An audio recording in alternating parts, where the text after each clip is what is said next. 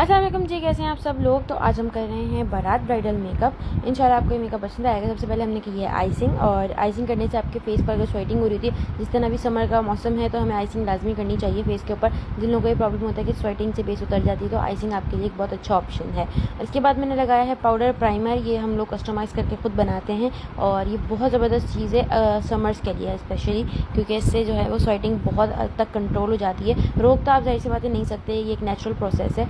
तो उसको जब ड्राई हो गया तो मैंने इसको डस्ट ऑफ कर दिया था एक ब्रश के साथ। इसको बहुत अच्छे से डस्ट ऑफ करना है, स्किन के ऊपर ही ज़रा सा भी रहना नहीं चाहिए, वरना तो ये बाद में मसला करता है। और स्टिक्स मैंने यहाँ पे शो कर दी हैं। मैंने जो कलर करेक्टिंग के लिए स्टिक यूज़ करी है वो सिली 18 की चाइनीज़ की स्टिक है, और इसके साथ जो मैंने बेस के तौर पर स्टिक यूज़ करी है वो F1 की स्टिक है, क्योंकि मेरी जो मॉडल हैं उनका फेस कॉम्प्लेक्शन जो है वो माशाल्लाह से बहुत फेयर है, तो मुझे बेस भी जो है वो फेयर ही रखनी थी।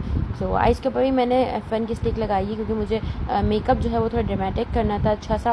तो मैंने अच्छे से एक कैनवस बना ली। जब आप लाइट कलर लगाती हो ना आइज़ के ऊपर, तो बहुत अच्छा सा एक कैनवस मिल जाता है आपको साफ़ सुथरा, और उसके ऊपर आपके कलर्स जो है ना बहुत अच्छे से पॉप अप हो के आते हैं। सो अब फेस के ऊपर भी मैं यही वाली स्टिक लगा रही हूँ F1 की, और अच्छे से लगाना है आपने। और गर्दन पे भी अच्छे से मैंने प्लेस करी थी।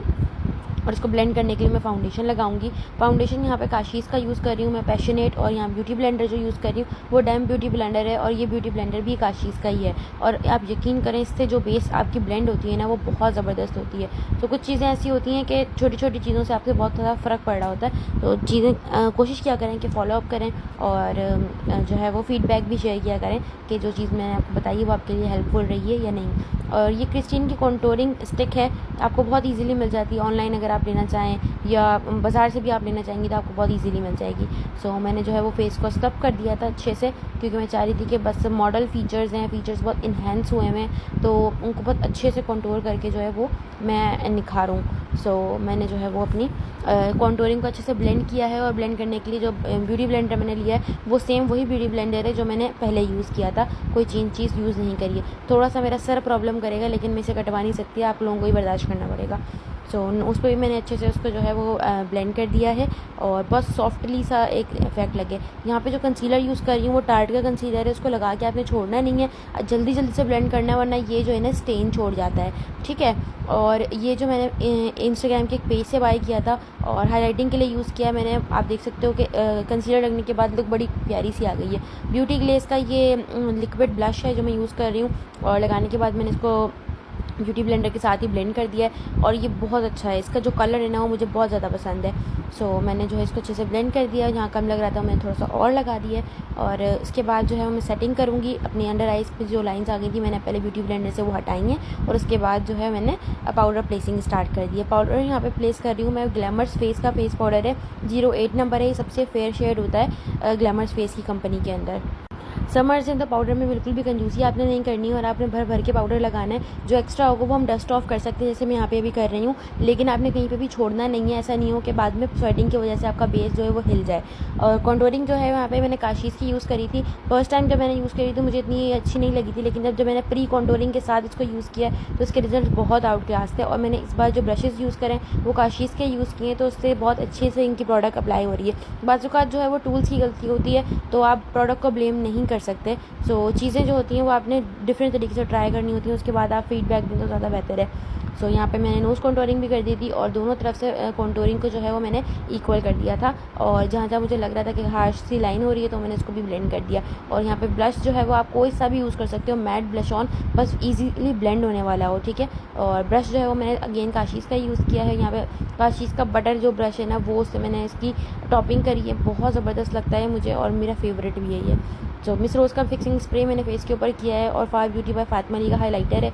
जहाँ जहाँ हाइलाइटिंग की नीड है हाइलाइटिंग एरियाज़ पर, वहाँ मैंने हाइलाइटर लगाया है। 2 से 4 कलर्स मिक्स करके मैं लगा लेती हूँ, जो जो मुझे अच्छे लग रहे होते हैं, जो according to dress, according to face, according to lighting, according to day, सब चीज़ें देख कर, ठीक है। सो अच्छे तरीके से ब्लश आपने हाइलाइटिंग करनी है। हाइलाइटिंग मुझे बहुत अच्छी लगती है।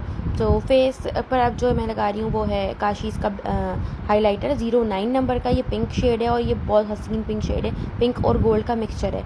224 जो है वो लिपस्टिक अब मैं लगा रही हूँ। ये मेडोरा की लिपस्टिक है, ये मरूनिश रेड कलर है और ये बहुत ज़बरदस्त लगता है क्योंकि मेरी जो मॉडल है उनका ड्रेस मरून था, तो मैंने ये वाला कलर पिक किया है और अच्छे से मैंने आउटलाइन करी है। पूरे जो अपनी लिप्स है ना उनको प्रेप करना है लिपस्टिक के साथ। अक्सर लोगों की कंप्लेन होती है कि लिपस्टिक उतर जाती है, लिप ग्लॉस जो लगाते हैं वाटरप्रूफ, और काफ़ी लोगों का वो पील हो रहा होता है। अक्सर शादियों में भी आंटीज़ वगैरह को देखो तो वो पील हो रहा होता है। तो अगर आप पहले लिपस्टिक नीचे लगा लोगे और उसके ऊपर जो है वो आप अपना ग्लॉस लगाओगे तो इससे आपको बहुत आसानी हो जाएगी। एक तो इजीली आपको कैनवस मिला हुआ होता है, आप आराम से ब्रश चलाओ, ठीक है। और दूसरा ये कि पीलिंग वाला प्रॉब्लम नहीं होता क्योंकि लिप्स अंदर से नरिश हो चुके होते हैं अच्छे तरीके से। जो मैंने आउटलाइन पर यूज़ किया था वो मैंने BN का ग्लॉस यूज़ किया था और अब जो मैं यूज़ कर रही हूँ दोबारा BN का ग्लॉस है 14 नंबर। अंदर जो है वो रेड शेड दिया है और ऊपर मैरून, और स्पूली से जो है मैंने आईब्रोज को साफ़ कर दिया था। और GT 400 जो है ये हाइलाइटर का नंबर है। ये गैलेक्सी टच का है, फेसबुक पर इनका पेज है, आप अगर देखोगे MM कॉस्मेटिक्स के नाम से तो आपको मिल जाएगा इजीली। इनर कॉर्नर के ऊपर जो है वो मैंने गोल्डन हाइलाइटर लगाया है और पैलेट जो मैं अभी यूज़ कर रही हूँ वो आई मैजिक की है। आई मैजिक की पैलेट अभी जो है वो आउट ऑफ स्टॉक है, मैंने ब्यूटी ग्लेस के पेज से ली थी, लेकिन अगर आप लोगों को लेनी हो तो आप इसकी जगह कलर वाइब्स ले सकते हो, ब्यूटी ग्लेस पे भी अवेलेबल है तो आप लोग ले सकते हो वो। सही, सबसे पहले मैंने टॉफ़ी कलर लगाया था, इसके बाद मैंने सिनेमन कलर लगाया है और अच्छे से दोनों को ब्लेंड करती जा रही हूँ। इसके ऊपर मैंने मरून कलर नहीं प्लेस किया है, मुझे ब्राउन्स के अंदर ही काम करना था तो मैं ब्राउन्स पे काम कर रही हूँ।